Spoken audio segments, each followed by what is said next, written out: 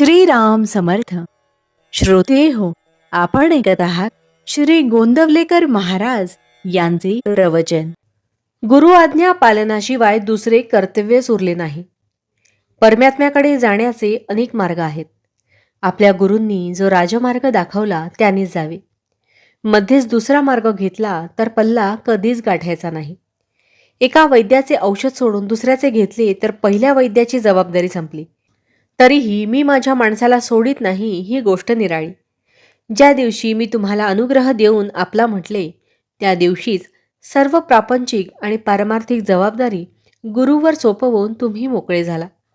गुरु आज्ञा पालनाशिवाय तुम्हाला दुसरे कर्तव्यच उरले नाही. पण तुम्हाला असे वाटते कुठे? विष हे आमटीत घातले काय किंवा भाजीत घातले काय, दोन्ही त्याज्यच. त्याप्रमाणे अभिमान व्यवहारात असला काय किंवा पारमार्थिक साधनात असला काय, दोन्ही त्याज्यच. मी कोण हे आधी जाणले पाहिजे. परमात्मा कोण ते मग आपोआपच कळते. दोघांचेही स्वरूप एकच आहे, म्हणजे दोघेही एकच आहेत. परमात्मा निर्गुण आहे आणि तो जाणण्यासाठी आपणही निर्गुण असायला पाहिजे. म्हणून आपण देहबुद्धी सोडली पाहिजे. कोणतीही गोष्ट आपण जाणतो म्हणजे आपल्याला त्या वस्तूशी तदाकार व्हावे लागते. त्याखेरी जाणणेच होत नाही. म्हणून परमात्म्याला जाणण्यासाठी आपणही नको का परमात्मा स्वरूप व्हायला? याला साधू होऊन साधूस ओळखणे किंवा शिवो भूत्वा शिवम यजेत असे म्हणतात.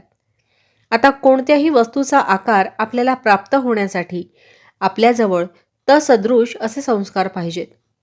ते संस्कार त्या वस्तूच्या आघाताने प्रत्याघात रूपाने उद्भूत होतात. नंतर त्या वस्तूचे ज्ञान होते. म्हणून परमात्मा रूपाला विरोधी असे सर्व संस्कार घालवून आपण आपले अंतःकरण पोषक संस्कारांनी युक्त केले पाहिजे. जर आपण साधन करून निष्पाप होऊ शकलो तर आपल्याला जगात पाप दिसणे शक्य नाही. देवाच्या गुणाने आणि रूपाने त्याचे गुण आणि रूप मिळेल, पण त्याच्या नामाने तो जसा असेल तसा सर्वच्या सर्व मिळतो. म्हणून नाम हे साधन श्रेष्ठ आहे. आपण भगवंताच्या नामात राहिले पाहिजे. त्यातच जीवनातले सर्व सुख सामावले आहे. याहून दुसरे काय मिळवायचे? मी सुखाचा शोध केला आणि ते मला सापडले. म्हणून मी तुम्हाला त्याचा निश्चित मार्ग सांगेन.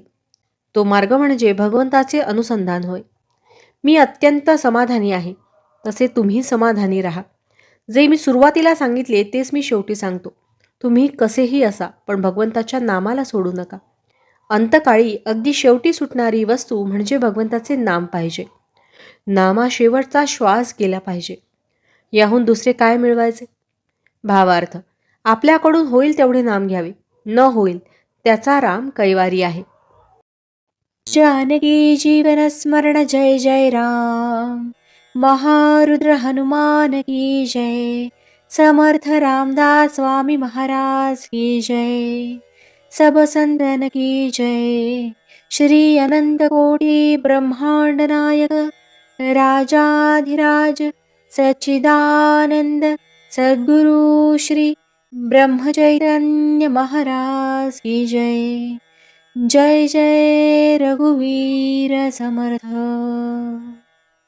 आता आपण 13 वेळा नामस्मरण करूया.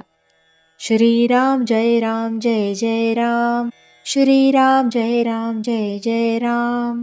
श्रीराम जय राम जय जय राम. श्रीराम जय राम जय जय राम. श्रीराम जय राम जय जय राम. श्रीराम जय राम जय जय राम. श्रीराम जय राम जय जय राम. श्रीराम जय राम जय जय राम. श्रीराम जय राम जय जय राम. श्रीराम जय राम जय जय राम. श्रीराम जय राम जय जय राम. श्रीराम जय राम जय जय राम. श्रीराम जय राम जय जय राम. जय श्रीराम.